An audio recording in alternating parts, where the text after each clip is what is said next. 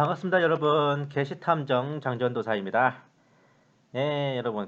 오늘 제목이 이제 사코 디 로마, 소제목은 카톨릭에 대한 복수혈전이라는 제목입니다.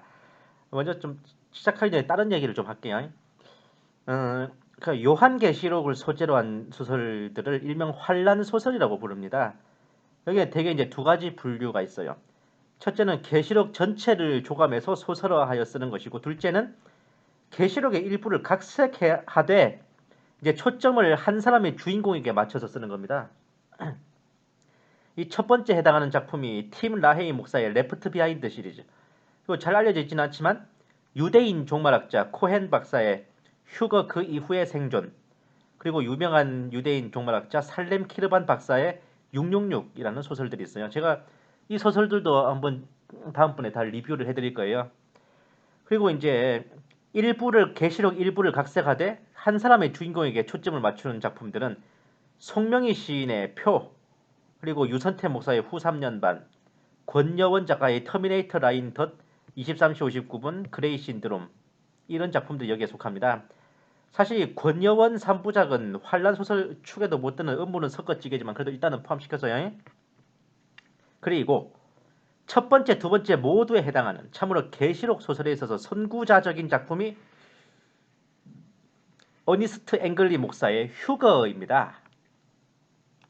그러니까 이 작품이 보면 한 도시와 한 주인공의 초점을 맞추면서도 휴거부터 지상재림까지 계시록 전체를 관통하는 묘사를 해낸 정말 훌륭한 작품입니다. 특히 이 두 번째, 그러니까 뭐라 해야 될까, 한 사람의 주인공 1인칭 시점으로 이제 환란의 상황을 전개해 나가는 그런 부류에 해당하는 환란 소설의 원조격인 명작입니다. 이 작품이 1978년에 지금부터 한 대략 40여 년 전에 이장림 목사님에 의해 번역되어 국내에 들어와서 전무후무한 베스트셀러 기록을 세웠죠. 역대 기독교 문학이 그 정도 베스트셀러가 된 적이 없었어요.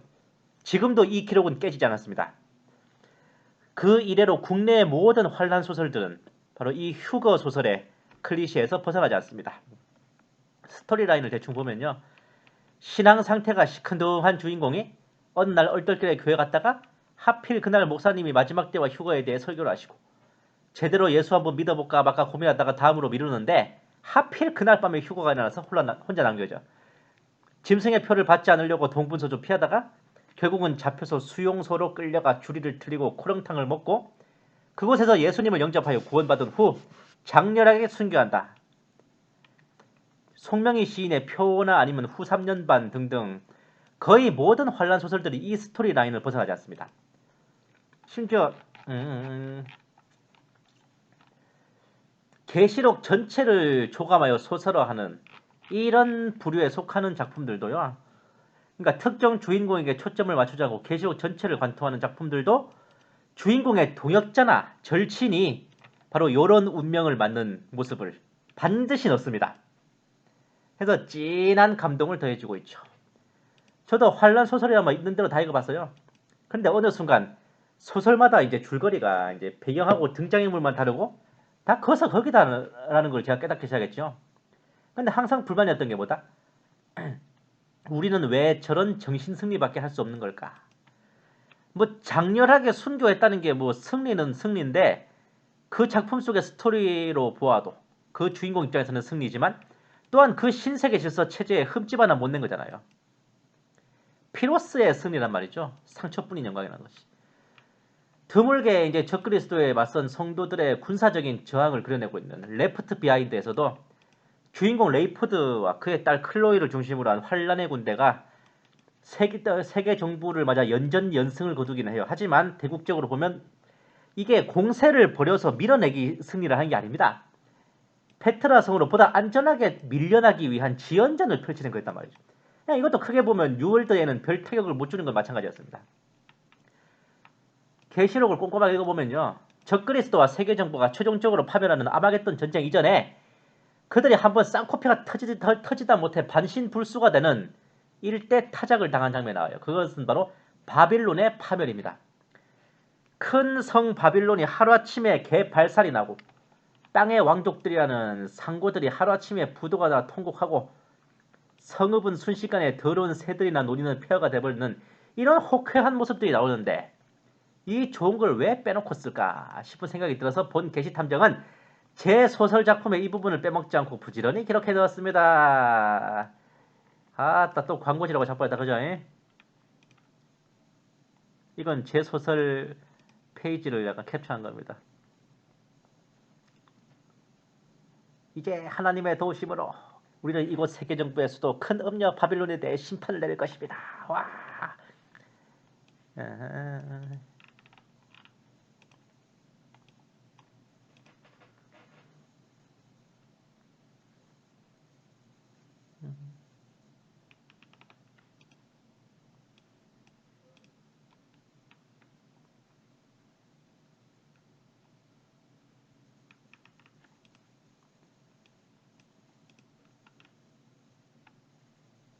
'읽고 싶으신 분들 댓글 달아주세요.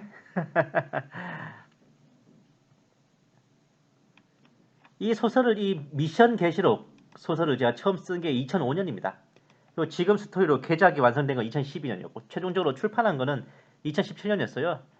이때는 태극기라는 게 지금처럼 크고 소중한 의미를 지니게 될 줄 미처 생각을 못했습니다.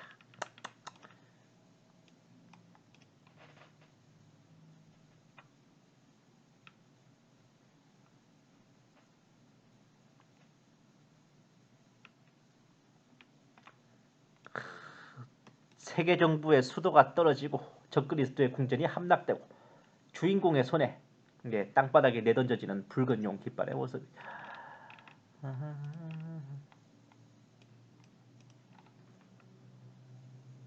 적그리스도와 거짓 선자를 놓친 게 아쉽습니다.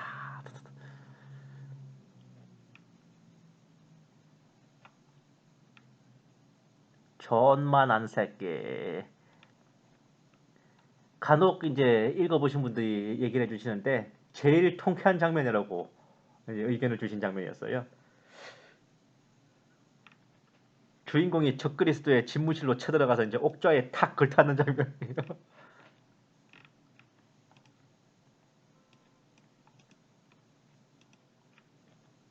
이제 그 무너졌도다 큰 성 바벨론이 하는 모습은 이제 소설로 각색한 장면입니다. 당연히 이거 그냥 중간중간에 막 발췌한 거고 내용이 더 있어요. 어떤 이제 국내외 이런 환란 소설에서도 찾아보기 힘든 적그리스도와 세계 정부에 대한 군사적인 승리와 또 실무적인 보복을 그려내고 있는 드문 장면. 저는 정신 승리나 비운의 영웅 개뿔딱지도 안 좋아합니다. 제 정서에 매우 어울리는 작품이었어요. 네, 뭐 요 장면만 보면 거의 파장 분위기인 것 같은데 이 끝에 좀 반전이 있습니다. 읽어보고 싶으신 분들 댓글 달아주세요. 저는 이제 항상 틈이 나면 역사 공부를 좀 좋아합니다. 저 작품을 쓰고 이제 그렇게 오래 안 됐을 무렵이었어요. 제가 신기하게도 이제 제가 작품에 기록한 것처럼 거의 저런 모습의 복수 혈전이 역사 속에서 진짜 있었다는 걸 알고 되게 신기했거든요. 사실 우리나라 사람들 정서가 어떠냐면 내가 피해를 당했어도요. 상대방을 용서했으면 했지 내가 당한 거 이상으로 복수하는 것을 그렇게 선호하지 않아요. 내 부모를 죽이는 원수를 외나무 다리에서 만나서도 저 사람에게도 사랑하는 부모와 가족이 있을 텐데라는 참 쥐가 고양이 걱정하고 자빠진 그런 생각을 하고 그런 얼빠진 생각하죠.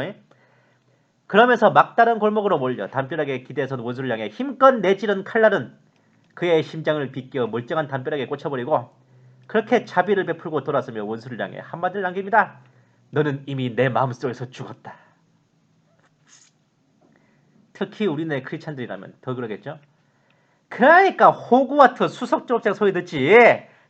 아이고 호객님 뭐 호구 왔는가 뭐 이런 거. 호구야 뭐요. 근데 하나님의 공이라는 건 꼭 그렇지만 않습니다. 아니다 싶으면 정말 물리적이고 실무적인 복수열전을 허락하시기도 해요. 제가 고등학교 때 좀 민중가요를 자주 들었는데 그 중에 하나가 이제 단결 투쟁가였습니다. 그 가사 중에 뭐가 있냐? 너희는 조금씩 갉아먹지만 우리는 한꺼번에 되찾으리라 라는 대목이 그런 원리를 잘 설명해 주는 것 같아요.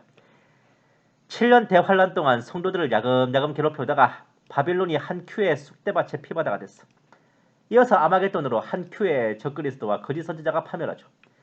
저것들이 성도들을 괴롭히고 세상을 압제한 건 7년인데 파멸하는 것은 단 2큐에 불과했습니다. 그것도 아주 씨알도 안 남기고 완전히. 이거랑 비슷한 게 뭐냐면 일본이에요. 도쿠가와 막부에서 이제 잠복 기독교인들, 즉 가쿠레 기리시타산들을 핍박한 기간이 250년입니다. 후미에 그러니까 십자가나 이제 예수님 초상화나 성상 이런 걸 밟고 지나가라. 못 밟으면 넌 죽어. 이렇게 이런 후미에라는 방법을 통해서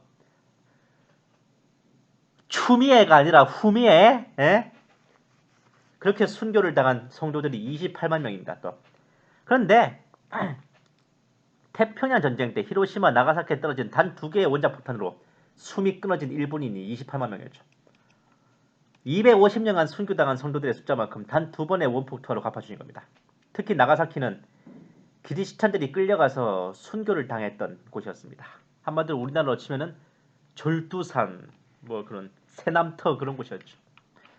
또 3.1운동 때 일본에 의해 학살당한 우리 동포가 7,500명, 기타 외정 36년간 일본에게 학살당한 동포들 다 합치면은 줄잡아 3, 40만 명은 되겠죠. 근데 관동 대지진 때 날아간 일본인 숫자가 14만 명, 도쿄 대공습 때 날아간 일본인 숫자가 30만 명.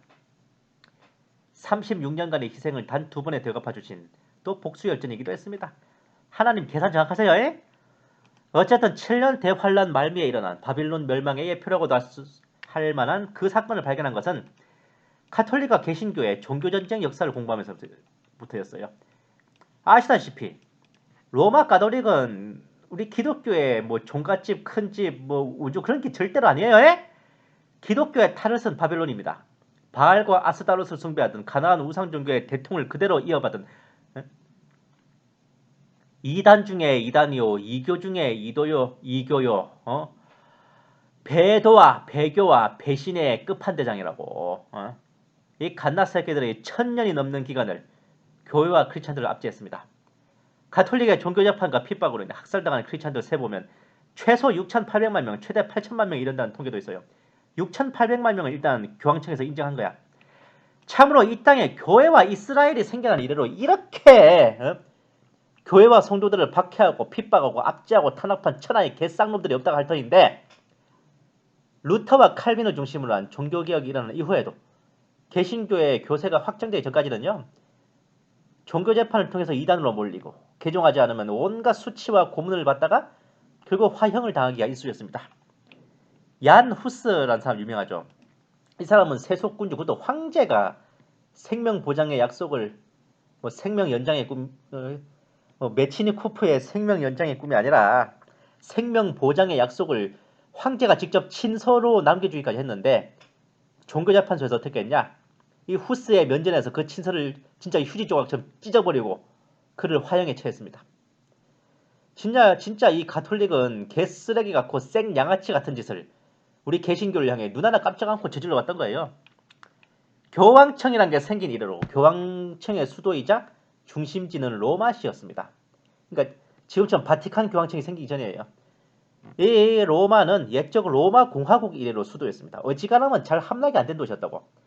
이제 로마 시대에 이제 로마군들끼리 내전을 벌이면서 서로 뺏고 뺏으며 각축을 벌인 적은 있지만, 그런 거 빼고 외부 세력에 의해 정말 제대로 함락이 된 거는 기원전 로마 초기에 켈트족에게 함락되고 서로마 후기에 이제 소고트족에 의해 함락된 로마 겁탈 사건, 그리고 세 번째가 가톨릭에 대한 개신교의 복수열전인 1527년 사코 디 로마 사건입니다. 원래 이 사코 디 로마가 뜻이 로마 대약탈, 로마 약탈, 로마 침탈 이걸 의미하는데, 앞전 소고트족에 의한 로마 함락과 용어가 겹쳐요. 그래서 이 사건은 그냥 역사학계에서는 사코 디 로마라고 하는 원어로 그냥 표기합니다. 이 시기의 역사적 배경이 어떠냐? 1520년대에 이제 종교개혁이 시작됐죠. 가톨릭과 개신교의 대립이 계속되고 있었어요. 동쪽으로는 오스만 투르크 제국이 헝가리를 멸망시키고 유럽 내륙까지 진출해 있었죠. 교황청이 위치한 이탈리아를 놓고 신성 로마 제국과 프랑스가 격돌하고 있었습니다. 당시 신성 로마 황제였던 카를 5세, 그러니까 독일이에요. 신성 로마가. 이 칼 5세는 스페인 왕도 겸하고 있어서 세도가 당당하던 왕조였죠. 합스부르크 왕조였으니까 아마. 이런 시기에 교황 클레멘스 7세는 교황권을 지키기 위해 정치 노름에 여념이 없었습니다. 교황이 프랑스와 손잡고 영국, 베네치아, 밀라노 공국, 피렌체까지 끌어모아 동맹을 결성했죠.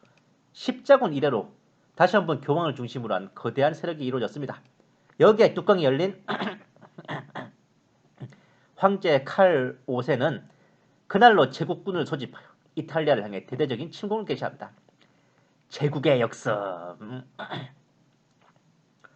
기세등등한 제국 군대에 고작 공국과 도시국가 수준을 어떻게 막아?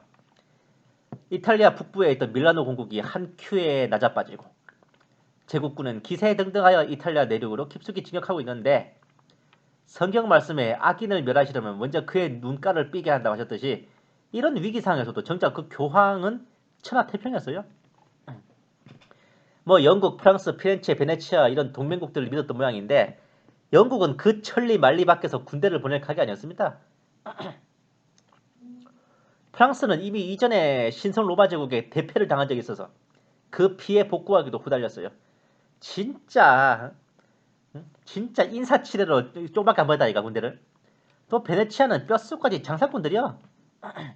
제국군의 목표가 자기들이 아니라는 것만 확인하고 바로 손놔버렸지. 이제 교황청의 운명은 바람 앞에 등불이었습니다. 이걸 교황만 몰랐던 것이죠. 아싸가오리.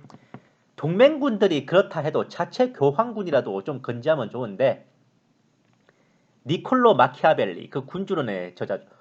그런 걸출한 책사가 등장해서 용병 대신 단련된 종교 국민군을 양성해야 한다. 그렇게 목이 터져라 이 연살은 외칩니다 하고 있는데도 그런 급진적인 주장에 쉽사리 귀를 기울이지 않았어요.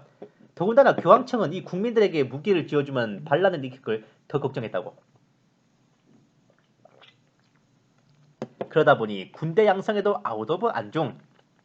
교황군은 그야말로 이보다 더 완벽할 수 없는 쭉쟁이였습니다. 교황군이라는 말이 되게 어색하죠. 근데 이 당시 로마 교황청에도 교황령을 지키는 군대가 있었습니다.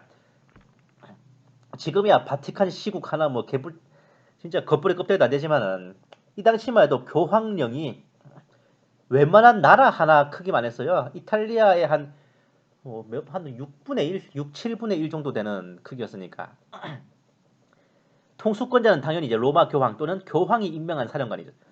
교황은 종교적 교권만 있는 게 아니라 실무적인 이런 군사력까지 보유하고 유럽을 호령했던 겁니다. 물론 이 당시에는 이제 교황권이 끝물이라서 이제 교황군이 쭉정이었지만 교황권이 당당할 때는 교황군이 이탈리아 전체를 호령하던 시절도 있었습니다.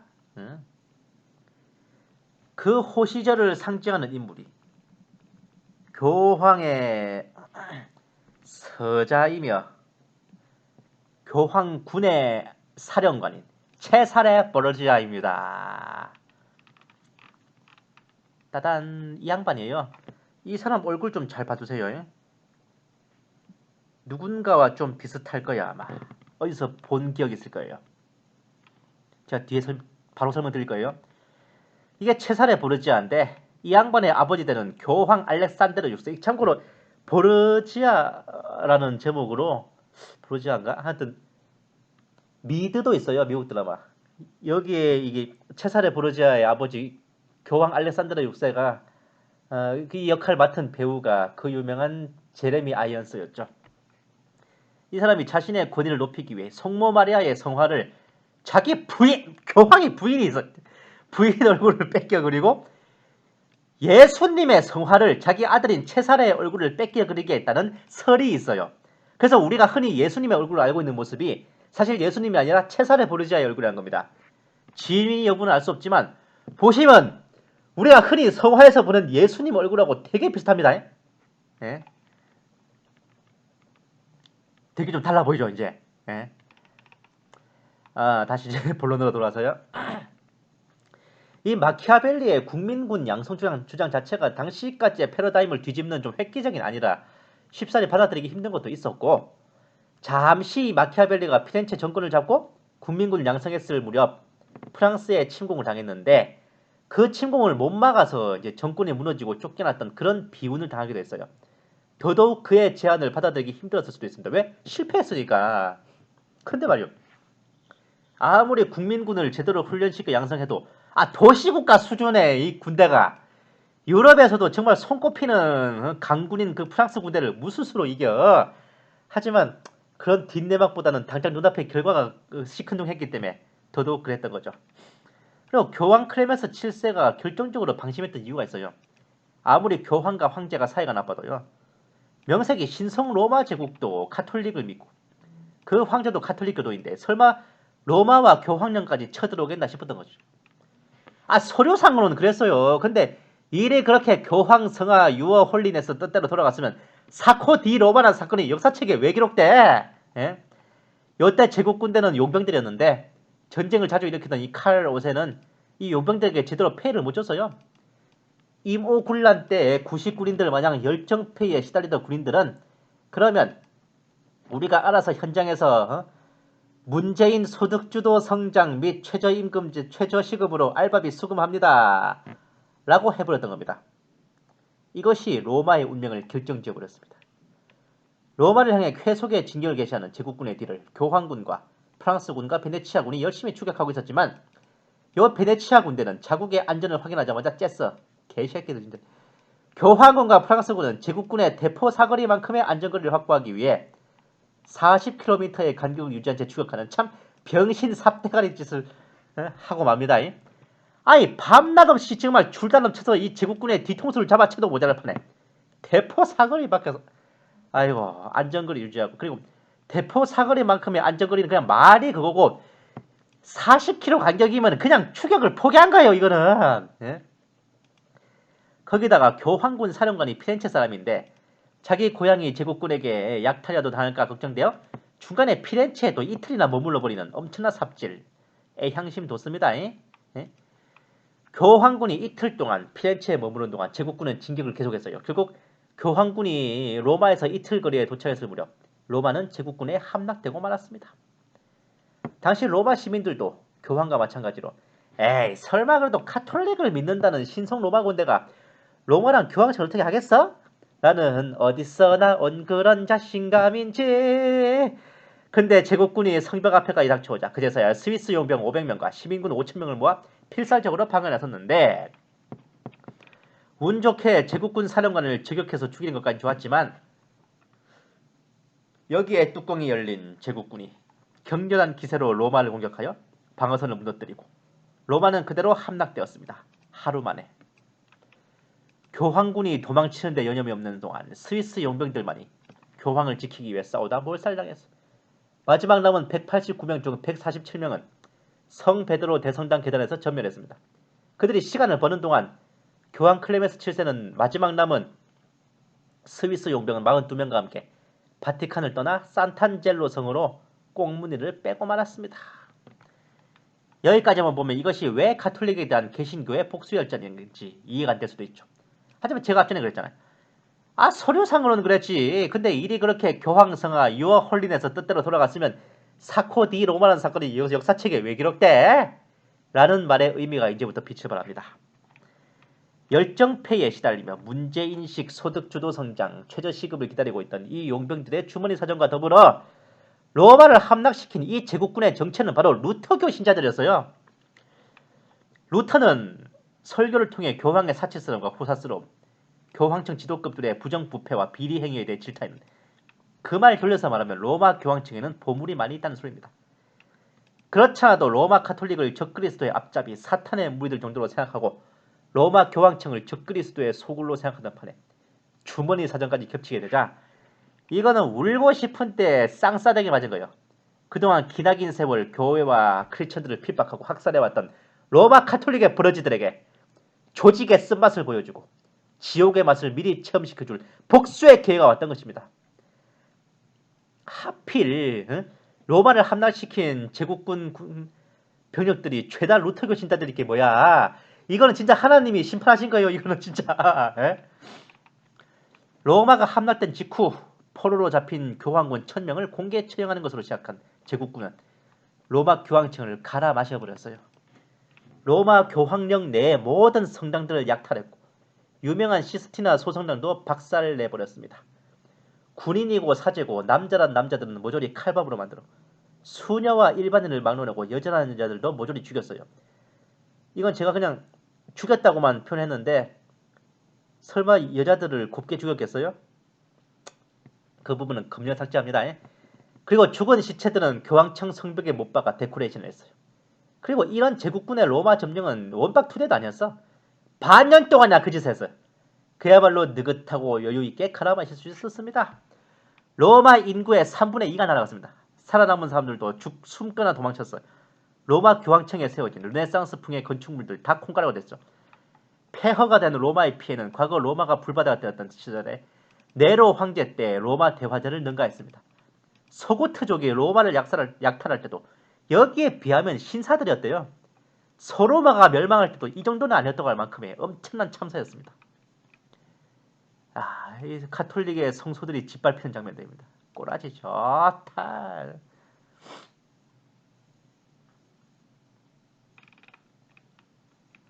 한쪽에서는 로마 교황청을 갈아 마시면서 한쪽에서는 가마에 교황 코스프레하는 가짜를 이제 가마에 태워가지고 로마 교황의 행차를 흉내내면서 즐기고 있는 군인들이. 이거 왜 이렇게 훈훈한 풍경이에요, 이거. 이제 교황 흉내내고 있는 거라고. 물론 로마가 짓밟히는 동안 이탈리아 전역에서 구원군이 로마로 진격했습니다. 하지만 병자호란 때 남한산성을 구하러 달려오던 근왕군 마냥 오른족족 개발사에 났죠. 교황의 동맹이던 프랑스는 또다시 패배해서 항복이나 다름없는 협정을 맺고 물러났습니다. 결국 로마 교황청이 잿더미가 되고 로마시가 쑥대밭이 되고 그것도 모자라 교황 클레멘스 7세는 무조건 항복을 선언했습니다. 황제에게 배상금까지 위자료까지 지불했어요. 이후 교황들은 황제가 헛기침만 해도 벌벌 떠는 신세로 전락해버렸습니다. 이 사건으로 인한 트라우마를 해소하기 위해 1534년에 클레멘스 7세가 미켈란젤로에게 부탁하여 시스티나 소성당 천장에 그리게 한 게 바로 최후의 심판이죠. 근데 심판은 지들이 다 한 건데 이 사코 디 로마라는 사건 때문에 역사적으로는 이탈리아 르네상스가 절단났어요. 그리고 국가적으로는 스위스 용병들의 신용도를 급상승시켜 스위스를 용병국가로 만들어버렸죠. 이때로부터 교황청은 스위스 근위대와 영원한 계약을 맺었습니다. 현재까지도 로마 교황청이 제국군에 함락된 5월 6일마다 바티칸의 스위스 근위대는 1527년에 몰살당한 선배들을 기리며 의식을 치릅니다. 하지만 이것은 외면적인 것일 뿐이에요. 종교재판을 빙자한 교회와 크리스천들을 탄압하고 학살하고 폐악질을 일삼던 그 로마 카톨릭 바빌론 음녀의 무리들에 대한 1차 경고성 심판입니다. 또한 로마 카톨릭에 의해 피를 흘리던 개신교회 그간의 침탈과 탄압을 한방에 대갚아준 통쾌한 복수혈전이라 해야 되겠죠. 역사는 두루 반복된다는데 후 3년 반 말미에 또다시 이 일은 큰 성 바빌론의 파멸이라는 이름으로 재현될 것입니다. 그리고 만약 허락하신다면 그때도 다른 누군가가 아닌 이스라엘 군대와 환난 성도들의 총칼이 바빌론을 잿더미로 만들고 그 군합발 아래 짓밟게 될 것을 기대해보고 있습니다. 물론 그 현장에 함께 하고 싶은 마음은 전혀 없습니다만은 휴거돼야지 천국 혼인잔치상에서나마 열심히 응원하며 축배를 올릴까 합니다. 다니엘서 11장 32절 말씀. 그가 또 언약을 배반하고 악행하는 자를 속임수로 타락시킬 것이나 오직 자기의 하나님을 아는 백성은 강하여 용맹을 바라리라. 계시록 18장 2절 말씀. 그가 우렁찬 음성으로 힘차게 외쳐가로되 저 큰 바빌론이 무너졌도다. 그녀가 마귀들의 거처가 되고 온갖 더러운 영의 요새가 되며 온갖 부정하고 가증한 새들의 집이 되었도다. 18장 6절 말씀. 그녀가 너에게 갚아준 대로 그녀에게 갚아주고 그녀의 행위에 따라 그녀에게 2배로 갚아주며 그녀가 채운 잔에 2배를 그녀에게 채워주라. 18장 8절 말씀. 그러므로 그녀가 받을 재앙들 곧 사망과 애곡과 기근이 한날에 임하리라. 그녀가 완전히 불에 타리니 그녀를 심판하시는 주 하나님은 강하시니라. 아멘. 감사합니다, 여러분. 계시탐정 장전도사였습니다.